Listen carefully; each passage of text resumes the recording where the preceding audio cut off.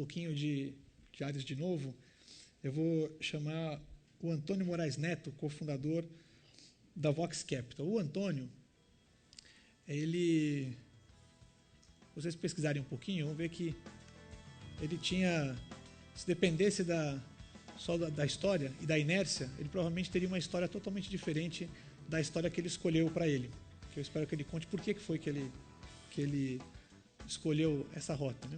Ele é formado em administração pública, na GV em São Paulo, em empreendedorismo no Babson College em Boston, nos Estados Unidos, e teve outras iniciativas. Ele presidiu um grupo familiar da família Votorantim, que era o Geração Impacto, que era um dos primeiros fundos de investimento, talvez o primeiro de investimento de impacto no Brasil, que era voltado para negócios sociais e soluções voltadas à redução da pobreza.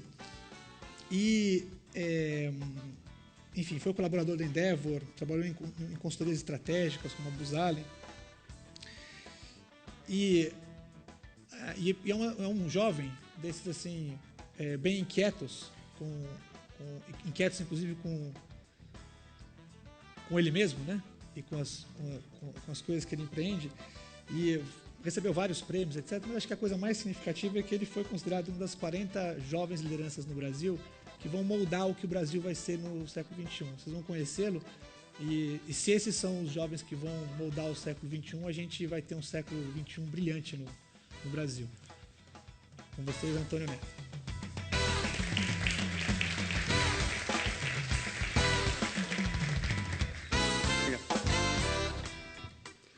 Bom dia a todos. Obrigado pelo convite à Exame.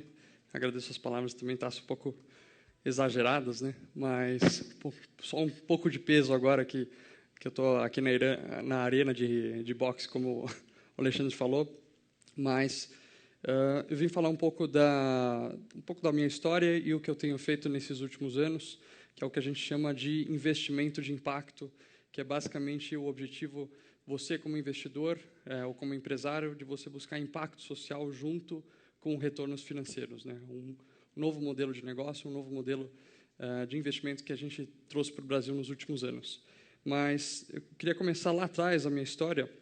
Até eu e o Alexandre, a gente se conhece faz tempo, mas eu não conhecia esse lado, que eu me identifiquei bastante, porque quando eu tinha 15 anos, eu fui convidado para participar de uma organização internacional, que é o Gente Nova, que dissemina valores positivos na sociedade por meio de formação de jovens líderes com valores. E, nesse momento, eu também comecei a trabalhar como um empreendedor social. A gente criou o escritório do Gente Nova aqui em São Paulo, e eu fui picado por esse vírus de buscar desenvolver o Brasil e de buscar trabalhar para a erradicação de pobreza no mundo. Ali eu também tive um momento de conexão espiritual, num retiro que eu estava, e o que me mostrou claro o meu propósito, a minha missão em vida, que é de dedicar a minha vida inteira, não só nos finais de semana como voluntário, mas todos os dias do dia, para esse projeto de desenvolvimento do Brasil, de redução de desigualdade social. Mas até pelo contexto familiar que eu cresci e nasci, eu não consegui enxergar como fazer isso de uma maneira desligada de modelos de negócios com escala, com lucratividade e que pudessem ter um impacto muito grande no mundo. Então, naquele momento, comecei a empreender uma série de negócios diferentes, sempre com esse foco, até que, alguns anos atrás, eu fui para a Índia, e sempre buscando como integrar de uma forma mais intensa a questão de negócios, esse mundo do segundo setor, com o mundo do terceiro setor. Então, a minha grande pergunta era como que eu podia integrar o propósito do terceiro setor, de causar transformação, com a eficiência, a escala dos modelos de negócio do segundo setor. E decidi ir para a Índia, porque escutei falar do Mohamed Yunus, que foi um banqueiro que ganhou o Prêmio Nobel da Paz em 2006.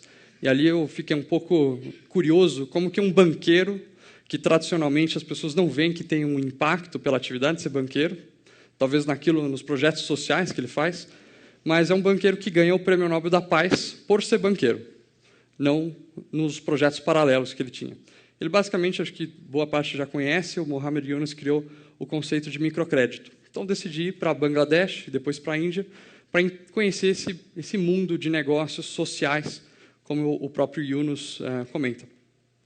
E ali eu conheci um fundo de investimento que estava investindo nesse novo tipo de negócio que agrega impacto social com um modelo de negócio lucrativo, que é um nome impronunciável, chama Avshkar, com 2 As, depois SH, depois 2 As e K. Mas aquilo me inspirou, esse fundo me inspirou muito porque eu vi que aquele empreendedor por trás do fundo estava criando uma nova indústria na Índia. Essa indústria com o objetivo de unir esses dois lados. E quando eu voltei para o Brasil, essas coisas do destino, né, do propósito, eu decidi pedir demissão da consultoria estratégica que eu trabalhava. Foi um processo bem difícil, porque eu ainda era muito novo, não me sentia preparado para começar a empreender um negócio como um fundo de investimento, apesar de ter feito administração, né? E eu conheci meus 2 sócios num encontro casual, mas eu percebi que eles tinham exatamente o mesmo propósito que eu, de construir esse novo setor no Brasil. Então, aqui tem um mapa que mostra aqui na Índia o Avshkar, que é esse fundo que foi criado em 2003. A gente tem, nos Estados Unidos, foi o primeiro fundo, na verdade, com esse foco de impacto social com retorno financeiro, em 2001, e mostra um pouco esse cenário dos últimos 10 anos, desse novo tipo de investidor que surgiu, buscando conectar esses dois lados. Então, nesse encontro com, hoje, os meus 2 sócios, a gente formou a Vox Capital, que é o primeiro fundo de investimento de impacto do Brasil. E, na época, a gente não tinha esse conceito, esse nome de investimento de impacto, né? Só no ano passado que o banco JP Morgan lançou um relatório definindo esse conceito de investimento de impacto como os investimentos que estão buscando retorno de impacto social além do retorno financeiro. E ele mostra como, nos próximos 10 anos, o mundo vai investir até $1 trilhão nesse novo tipo de investimento. E a gente começou a Vox nesse contexto. Mas o que me move desde o começo e move a Vox é exatamente resolver essa questão. Então, aqui a gente tem uma foto bem conhecida, na verdade, a gente que tirou, mas a situação é conhecida, de Paraisópolis, junto com, do outro lado, Morumbi. E, na parte de cima, a gente tem o Morumbi, que tem um índice de desenvolvimento humano próximo da Noruega. E embaixo, um índice mais próximo do Quênia. E acho que esses 2 contextos mostram bem a dualidade do segundo setor, que está claramente lá em cima, né, na região da Berrini, e as iniciativas do terceiro setor que estão trabalhando ali dentro de Paraisópolis há muito tempo. E, basicamente, o que a Vox faz é tentar trazer o melhor dos 2 mundos, o que até eu chamo de setor 2,5, né, essa confluência dos 2 setores. Mas, por outro lado, a gente tinha que olhar se existe uma oportunidade de fazer negócios, né, porque o fundo tem que dar retorno para os investidores.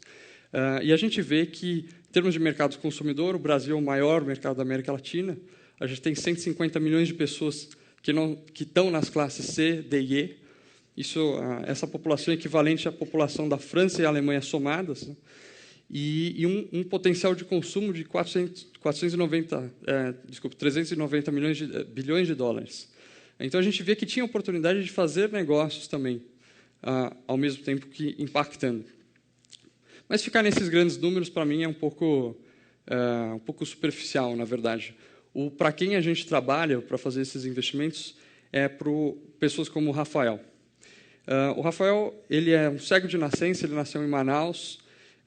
Ele, por causa da deficiência visual, ele demorou bastante tempo para se formar.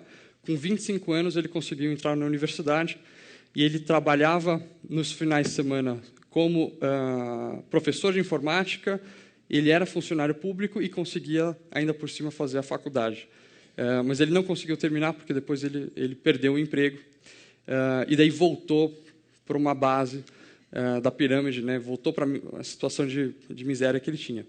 Mas esse é um caso de um empreendedor que é apoiado por uma das empresas que a gente investiu no fundo, que é o CDI LAN, que é basicamente uma plataforma de distribuição de produtos e serviços para a população de baixa renda através das lan houses.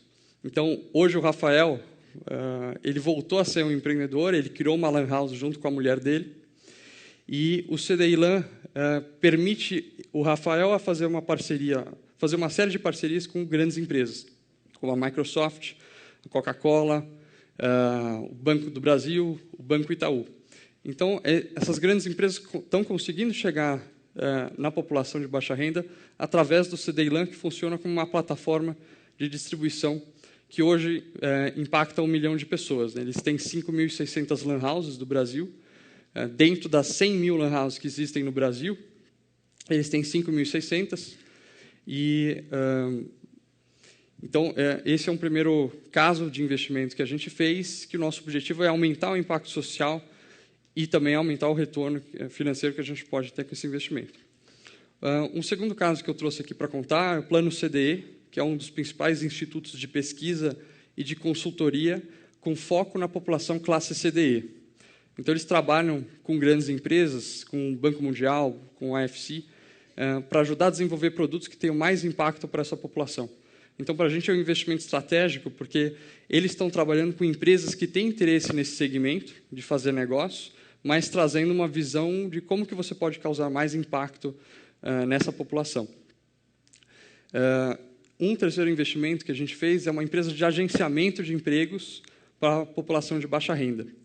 Então, esse é um caso interessante, porque nos próximos anos no Brasil, todos sabem, a gente vai precisar de alguns milhões de empregos sendo gerados para atender o crescimento do Brasil. E essa empresa trabalha justamente para conectar empresas médias e empresas locais com a população que está desempregada, buscando emprego. E hoje eles já têm 67 mil vagas de empregos registradas, é uma empresa muito pequenininha, que a gente investiu e está começando a construir praticamente do zero, mas eles já receberam 500 mil currículos. Desses, a gente estima que eles ajudaram a gerar 10% desses empregos. Então, 50 mil empregos, que é quase uma Vale do Rio Doce, em pouco tempo. Então, esse é o tipo de negócio que a gente busca investir para construir, a gente vira sócio, e que tem um impacto, e são modelos de negócios, né? A gente não faz investimentos em projetos sociais. A gente conecta o nosso propósito com um modelo de escala. E daí, olhando um pouco para o futuro, a gente criou, em parceria com a Artemisa, que é uma fundação, uma aceleradora de negócios, para permitir negócios menores a entrarem para o nosso processo de avaliação de uma forma mais rápida e fazendo um investimento pequeno. Então, só para citar alguns casos, o Projeto CIES ganhou, ano passado, o Prêmio de Empreendedor Social do Ano. Eles criaram uma carreta da saúde, então um caminhão lindo, com patrocínio da Philips, da Siemens, etc., que atende a população de baixa renda a preços muito acessíveis, e é um modelo que é móvel. Então, você não tem uma clínica de saúde fixa, ele vai para as comunidades que têm mais necessidade. A gente tem o Banco Pérola, que é um banco de microcrédito. A gente tem o Saútil, que é um portal de acesso à informação para pacientes do SUS. Então, isso reduz o tempo e o custo para você achar os serviços de saúde mais próximos de você. A Wiri é uma empresa de tecnologias para deficientes visuais. Então, um dos primeiros produtos que eles fizeram é um identificador de cores e que reconhece cédulas. Então, você sabe que para um cego, né, ele tira a carteira do bolso, quando ele vai pagar por um serviço, ou ele tem alguém do lado dele, ou ele tem que confiar na pessoa que está do outro lado para conseguir saber se é uma nota de 50 ou de 100 reais. Então, essa empresa criou esse identificador de cores e de células que permite os cegos saberem qual que é a cédula que ele está usando. E outras finalidades, né? Preciso disso é uma plataforma online que reduz o custo para você adquirir emprego, então conecta empresas e pessoas procurando emprego, principalmente não emprego formal, mas serviços domésticos. Então, eletricistas, encanador, pintor, e ele faz a conexão de pessoas que precisam desse serviço com as pessoas que estão ofertando. E a Works é uma empresa que faz capacitação de microempreendedores individuais, o MEI, que boa parte dos MEIs são pessoas que estão na base da pirâmide. Então, são todos modelos de negócio lucrativos, mas que tenham essa questão do impacto social. Então, na Vox, é exatamente isso que a gente tenta fazer. Nesse processo, a gente trouxe uma série de investidores de grandes famílias brasileiras, fundações internacionais, americanas e europeias, e também a gente tem hoje um ex-presidente do Banco Central brasileiro também como investidor. A gente vê que realmente é um processo novo, é um modelo novo, e o que a gente quer fazer, no fundo, é construir uma nova indústria no Brasil. Essa indústria de fazer investimentos que tenham propósito e que tenham retorno financeiro. Eu vou deixar para o Tasso a pergunta de o quanto que dá de retorno, comparável com o mercado, etc., porque ele falou que vai me fazer. Mas eu só queria terminar de uma maneira falando da nossa visão pessoal. E aqui, na verdade, é uma foto que a gente tirou ali de Paraisópolis, mas eu fiz um slide aqui, uma construção, tentando imaginar que isso é a parede de um museu. E essa visão é até do Muhammad Yunus, que me inspirou muito, né? Não é uma visão que eu criei, mas o que eu gostaria de ver com todo esse trabalho que a gente está fazendo é que essa foto consiga estar daqui 40 anos, talvez até 2050, na parede do Museu da Pobreza aqui no Brasil. A minha visão, realmente, um sonho é eu pegar meus netinhos, e agora eu estou noivo, então também estou com essa questão familiar muito intensa, né? Então, eu gostaria de levar meus netinhos para conhecer o que foi uma realidade que, espero, em 2050 não exista mais. Eu acho que o Tasso levantou um pouco essa bola. Eu acho que a nossa geração, nos próximos 40, 50 anos, tem, pela primeira vez na história, está passando por um momento histórico que a gente tem a opção, né, porque é uma decisão, de conseguir, de fato, erradicar a pobreza no mundo e também criar um modelo de sociedade que seja sustentável. A gente aqui olha muito para o lado da base da pirâmide, de redução de pobreza, mas a gente vê a importância de ter uma conexão da sustentabilidade ambiental, bastante, como o João falou. Então, queria só terminar falando que eu acredito realmente que, se a gente conseguir integrar o nosso propósito naquilo que a gente faz no dia a dia, todos os dias, e pensar como que a gente pode causar impacto social sem abrir mão também de ganhar dinheiro, porque senão a gente fica só como voluntário no final de semana. E o maior ativo que a gente tem, o maior recurso é o nosso tempo. Então, eu acho que daí, nesse modelo, a nossa geração, a atual e as novas gerações, vão conseguir realmente desenvolver um novo modelo de capitalismo que seja inclusivo, que seja sustentável e que dê oportunidade para todo mundo. Obrigado.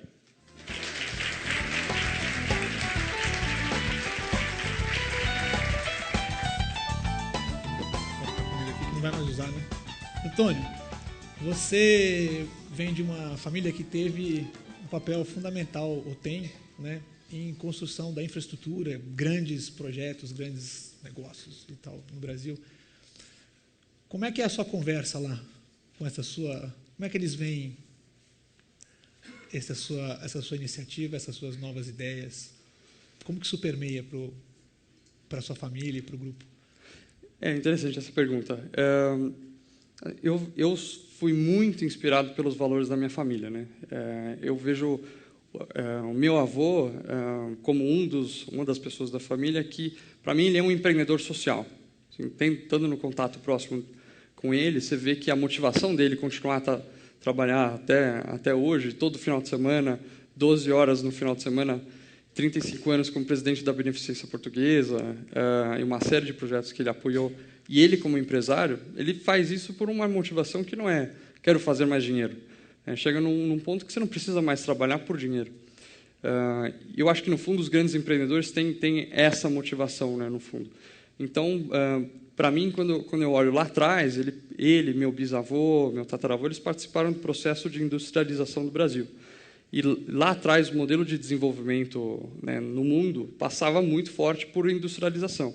Essa foi a maneira como eles conseguiram se colocar, né, o propósito deles através dos negócios, né? E eu acho que hoje o mundo passa por novas necessidades. de um modelo que é mais inclusivo, que é mais sustentável, etc. Então, para mim, eu vejo como uma continuidade do que eles fizeram, isso eu com o meu caminho próprio, o que não exclui no futuro pensar em trabalhar no grupo ou não, mas eu vejo como uma continuidade desse projeto de desenvolvimento do Brasil, no fundo. Legal. Você mostrou uns casos bem interessantes e curiosos, algumas coisas que a gente nem imagina, né? Uma lan house servindo, prestando serviços, né? Outros que não, simplesmente acessar a internet, a comunidade e tal. Para quem quer conhecer ou quem quer navegar ou descobrir essas coisas, por onde é que você anda para encontrar essas pessoas, esses exemplos? Onde é que você tateia para encontrar esses casos interessantes que tenham essa característica de ser negócios que parem em pé? Né? Onde é que você se alimenta? A gente tem parceria com várias organizações, né? Com a Artemisia, que eu citei, que é uma fundação que trabalha com isso aqui no Brasil já faz vários anos, com a Endeavor, que busca empreendedores de negócio, mas um percentual, se eu não me engano, 12% dos empreendedores Endeavor no mundo tem impacto na base da pirâmide. Então, quando a gente olha um recorte desses empreendedores, eles têm esse impacto. A gente trabalha junto com a Choca, por exemplo, a gente tem uma parceria com eles para olhar os empreendedores sociais que eles apoiam. Então, o que a gente busca, no fundo, são empreendedores que tenham duas coisas, né? O brilho nos olhos, que é a paixão, que é o propósito, mas também com sangue nos olhos, porque ficar nas boas intenções, a gente vê que não funciona. Que sejam também bons executores. Exatamente. Obrigado, Antônio. Obrigado. Obrigado.